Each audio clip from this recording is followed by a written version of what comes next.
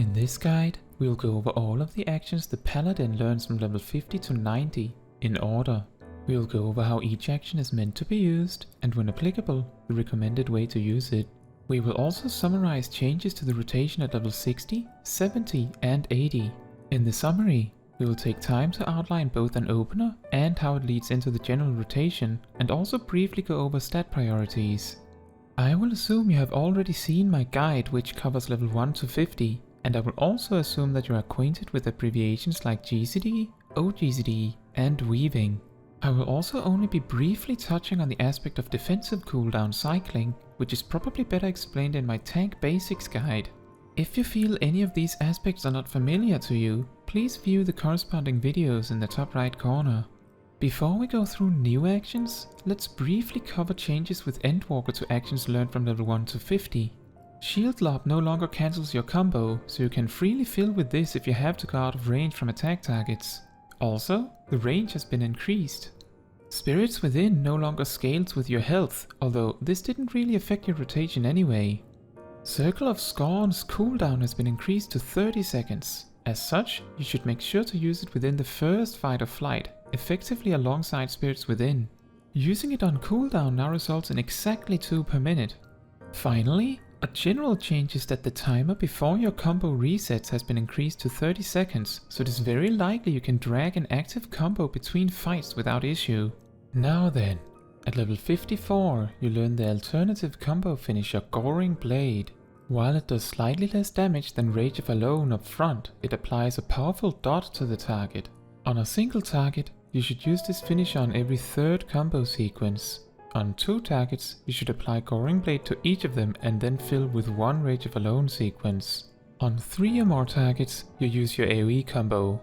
If you recall from the 1 to 50 guide, depending on your skill speed, you could fit either 10 or 11 GCDs in the fight or flight window. With Goring Blade present, it is much more important that 2 of those 10 or 11 actions are specifically Goring Blades. This is done by late weaving fight or flight just before Goring Blade with 10 GCDs and just before Riot Blade with 11. At level 56 you learn the ability Divine Veil, a very strange defensive cooldown aimed at your party. It applies a buff to you that on its own does nothing. If you get healed by anyone's direct healing, it pops to produce a shield on everyone else for 10% of their health. This means that the best time to use this is at a point where you are missing health, but also at a point where you expect your party to take damage in a bit. While the usage is complicated, the cooldown is not that long, so it's better to use it often and learn the timings to make good use of it. For instance, if you use it as a raid fight is coming up, while the shield won't be up for it, the shield will activate when the healer starts bringing people back up, which means the shield will be there for any follow-up damage, or perhaps the shield will simply end unused. The safety net of having an extra shield may enable your healer to conserve some of their cooldowns. At level 58, you learn the spell Clemency. At this level, it works as your only mana spending action. You should only use Clemency when you or your party needs it, as in most cases, the healers are perfectly capable of keeping the party alive without your assistance. This is also important because, as Clemency does no damage on its own, it does not help you kill the enemies faster. To help you with this new mana management issue, Spirits Within and Riot Blade will now regenerate a substantial amount of mana on each use. As such, in a desperate situation, you can use a much weaker combo sequence of Fast Blade, Riot Blade repeatedly to recover mana more quickly to spend directly on Clemency. This should only be done as a desperate measure. Take note that Clemency heals you for half the amount when you use it to heal someone else, so it is far more efficient to use it to heal other players than just yourself. Be aware that casting Clemency will cancel your current weapon skill combo. A tip for large dungeon pulls: while using Clemency as a loss in damage output for you, the spell itself may be more powerful than whatever options your healer may have available to heal you. And at the same time, healers tend to have very good AoE damage, so when doing large pulls, the idea of casting Clemency on yourself should not be as much of an issue, since you casting Clemency may save, say, the White Mage a cast of Cure 2. At this level, Clemency is very expensive and your AoE rotation does not recover any mana yet, so this strategy may be difficult to pull off this early. At level 60, Rage of Alone is permanently upgraded to Royal Authority. While it is a potency increase, this changes nothing about your rotation. The main difference to your rotation since level 50 is that you want to make sure to both start and end your fight or flight with Goring Blade, and fill 2 Rage of Alone, now Royal Authority, combos in between. With 10 GCDs, you use fight or flight before the first Goring Blade, and with 11 GCDs, you do it before the first Riot Blade. Then you do 2 Rage of Alone combos and then another Goring Blade combo. This is what we will refer to as the fight or flight sequence from now on. Outside of fight or flight, you continue doing 2 Royal Authority combos for each Goring Blade combo. At level 62, you learn the ability Intervention, which functions as an alternative to Shiltron that you can use on allies instead.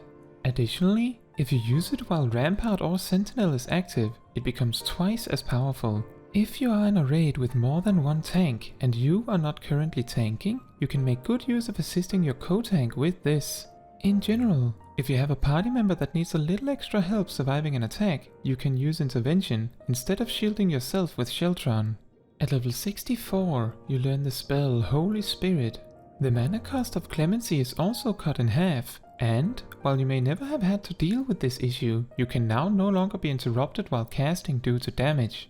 The main use of Holy Spirit at this level is that it is an option if for some reason you can't be in melee range of the boss. Outside of this, your physical attack combos do more damage. Due to Holy Spirit's damage coming out at the end of the cast, it is also a great option for pulling a boss with a little extra oomph compared to doing it with Shield Lob. At this level, you can also use Holy Spirit as a filler GCD to make the fight or flight window fit better. I do not have any experience with this kind of trick, however. Be aware that using Holy Spirit will cancel your current weapon skill combo. At level 66, Prominence will now also recover mana. This does not really change anything at this level, although it will, combined with the reduced mana cost of Clemency, enable you to use Clemency more freely on large AoE pulls if it helps. At level 68, you learn the ability Requiescat, which does a large amount of magic damage up front, and empowers your next 5 spellcasts within 30 seconds. Your empowered spells do significantly more damage and also have no cast time. When affected by Requiescat, Holy Spirit is far superior to your physical combos. As such, this introduces the Magic Burst section of your rotation. This means you have 2 different ways to open a fight, which will affect how your rotation plays out due to cooldown lineup. The physical opener is as follows. Start with Holy Spirit into doing the fight or flight sequence as you know it, applying Goring Blade at the start and end of it. Then, just as you apply the second Goring Blade, you use Requiescat and use Holy Spirit 5 times. After that, to fill the downtime, you do effectively the fight or flight sequence again, just without the buff, while waiting for the cooldowns. There is a magical opener too, but due to actions learned later on making it very clunky, I would advise against practicing it entirely. An extra bonus is that since Requiescat simply empowers your next 5 spells, you can use it early as long as you manage to use all 5 spells within the 30-second window. Since Requiescat itself does magic damage, it is not affected by fight or flight. For now, on AoE pulls, if there are more than 3 enemies, there is no reason to use Holy Spirit over your 1-2 AoE combo, although it may be useful to use Requiescat for the damage it does on its own, as well as the ability to cast Clemency instantly if necessary. Note that Requiescat does not boost Clemency, but it will still spend stacks to make it instant. At level 70, you learn the ability Passage of Arms, which makes you block all attacks and also reduce the damage taken by allies behind you by 15%. You cannot do any other actions while using this, so you should only use it when anticipating large amounts of damage. You can also use it to soften damage in cases where no enemies are attackable anyway. To reiterate, now, your rotation involves starting with the fight or flight sequence, then just as it ends, you use Requiescat, although you can use Requiescat several seconds in advance if it is convenient, and then 5 Holy Spirit casts. After that, you do a Goring Blade combo, followed by 2 Royal Authority combos, and then start over. At level 72, you learn the spell Holy Circle. With 2 or more enemies present, Holy Circle replaces Holy Spirit. This also makes Requiescat and Holy Circle a far superior starting option on AoE encounters, so you should from now on prioritize Requiescat on AoE and Fight or Flight on single target for openers. At level 74, you learn the ability Intervene, which is a gap closing attack that does some damage. You can have up to 2 uses of it at a time and you gain 1 every 30 seconds. It should always be prioritized to use Intervene for movement, but if you know for certain you won't need them for that, you can plan to use both in a fight or flight window, since the damage of Intervene is boosted by it. Just keep in mind that saving both Intervenes for fight or flight equates to about 75 potency gained in total. If you end up spending a single second of time with your GCD ready but not able to attack anything, you have wasted at least 75 potency, even if it's just Fast Blade that you're delaying. For this reason, don't focus too heavily on using Intervene in fight or flight. It is a good idea to use one of the charges in fight or flight, such that it isn't sitting fully ready the entire time. Additionally, the duration of Sheltron is also increased to 6 seconds, making it much stronger. At level 76, you learn the weapon skill Atonement, and Royal Authority is improved to grant 3 stacks of Sword Oath that last 30 seconds. When you have Sword Oath, you can use Atonement. Atonement does the same damage as Royal Authority and grants some mana to compensate for skipping a Riot Blade. What this means for your rotation is that normally you would go through 2 Royal Authority combos per Goring Blade combo. Now, you replace the second one of those with 3 back-to-back Atonements. If something gets in the way of your rotation in a way that means you lose out on attacks in the fight or flight sequence, the best solution is to only do 2 Atonements, or even just 1, to make sure you manage to fit a Goring Blade at both the start and end of the fight or flight sequence. With creative use of Atonement stacks, there are also ways to use Atonement 4 times in a single fight or flight sequence, assuming your skill speed enables you to fit 11 GCDs in the window. However, this so-called 4 Atonement rotation is not recommended at max level, so it may be better to not learn the muscle memory to do it in the first place. Should your skill speed be particularly slow, you can also skip the 3rd Atonement in the downtime to reach around to the fight or flight window again more quickly. On 2 targets specifically, you continue to use a Goring Blade combo on each enemy and then Royal Authority. If the battle drags on long enough, you should be able to use the triple Atonement after the second application of Goring Blade on each enemy. At level 80, you learn the spell Confiteor. This spell functions as the crown on the Requiescat buff. You can only use it while affected by Requiescat, but using it removes the buff entirely, so you should only use Confiteor as the final of the 5 spellcasts. Aside from this, it does not change your rotation at all, although it significantly boosts your damage output, especially on AoE. This means that overall, the changes to rotation are as follows. On AoE, you want to prefer Requiescat and Holy Circle over Fight or Flight and the 1-2 AoE combo. Additionally, every Requiescat sequence should now end with Confiteor as the 5th cast. For 1 or 2 targets, you can effectively replace every second Royal Authority combo with Atonement, which also applies for the Fight or Flight sequence. At level 82, Sheltron is permanently upgraded to Holy Sheltron, increasing its duration to 8 seconds. This ability also applies another defensive buff for the first 4 seconds, making it even stronger. This is a new universal mechanic for all tanks. In addition to that, it also applies a heal over time effect to you, healing for 1000 potency over 12 seconds. Intervention is also empowered to last 8 seconds, also applies this extra defensive buff, although a slightly weaker version, and it also applies the heal over time effect. Essentially, you can now use Holy Sheltron as a healing tool, and timing it well makes it easily your best defensive cooldown aside from Hallowed Ground. For large dungeon pulls at these levels, it may feel overwhelming to only use 1 cooldown at a time, and in these situations, my recommendation is to use Holy Sheltron first, and then Sentinel, and then Holy Sheltron again if possible. And if needed, you can even combine it with one of your weaker cooldowns like Reprisal. Due to the healing component of Holy Sheltron and Intervention, you should make sure to use it if you cap on Oath gauge. At level 84, several of your weapon skills and spells get a damage boost. This does not change your rotation. Additionally, Holy Spirit and Holy Circle now heal you for 40% of the value of Clemency on cast. This also does not change your rotation, but it does make you heal yourself a lot more on the regular. In dungeons, a strategy that may be worth considering is to use Holy Circle for its healing components, even outside Requiescat, since it does only slightly less damage than your 1-2 AoE combo. You can even alternate between using the AoE combo and Holy Circle. Just make sure to finish the AoE combo since Holy Circle will cancel it. Of course, Only use this strategy if the extra healing seems necessary. At level 86, Spirits Within is permanently upgraded to Expiation, which does slightly more damage and also does half the damage in an AoE. This does not change your rotation. At level 88, Divine Veil is upgraded to also apply a heal to your party when it is popped. This does not change how you use it, although you may find more reasons to use it now that it is also a raid-wide heal, except it does not heal you. At level 90, you learn the 3 Blades combo: Blade of Faith, Blade of Truth, and Blade of Valor. This combo automatically is used by repeatedly pressing the Confiteor button. Each blade does increasingly more damage, and all 3 restore some mana. They also all deal damage in an AoE. The final blade, Blade of Valor, additionally applies a dot that does not stack with Goring Blade, but does more damage, and applies a half as powerful version to all the other targets in the area. Effectively, this does not actually change your rotation that much, as this combo overrides the Goring Blade that you start the downtime with, so you can move immediately to Royal Authority.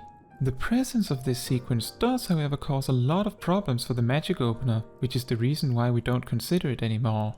To round off, let's look at your opener, leading into attack rotation, starting with single target and then denoting AoE changes. I will assume you can fit 11 GCDs into the fight or flight window. If you can only fit 10, you can use fight or flight 1 GCD later.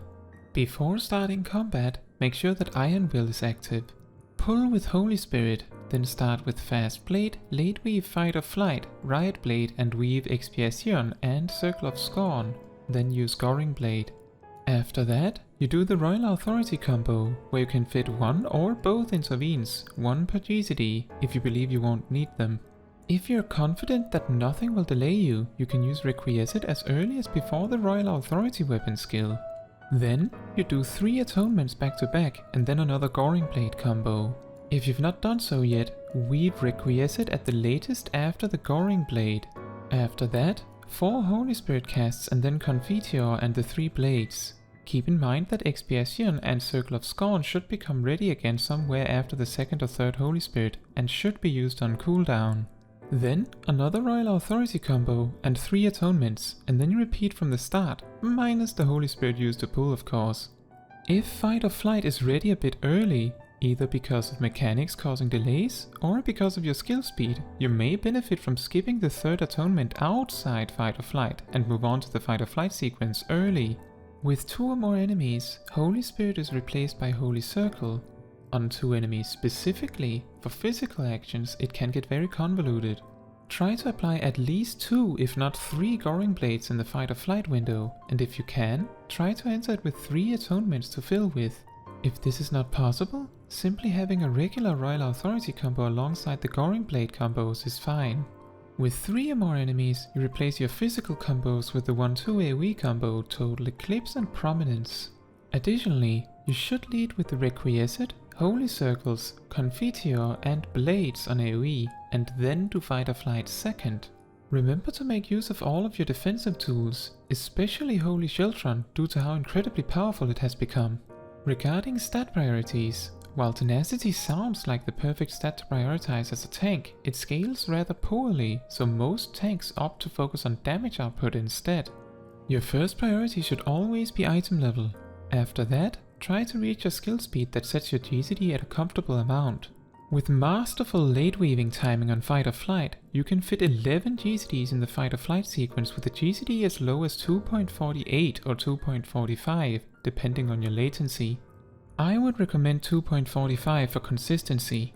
You can also use the previous recommendation of as fast as 2.37, making the late weave of Fight or Flight far easier, although due to the quantity of spells in your rotation, this is no longer as effective for damage reasons. After that, your priority is Critical Hit, as it scales much better than the other damage boosting stats, and benefits your heals too. Direct Hit is next after that, but keep in mind that this stat is never found on tank gear, so it will only be available if you choose to meld it with materia.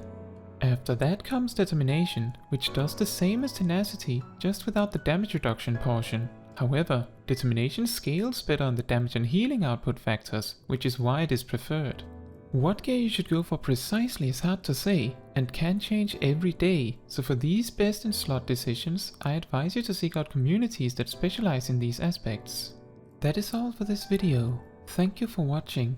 If you have any questions or perhaps a success story to tell, please leave a comment down below.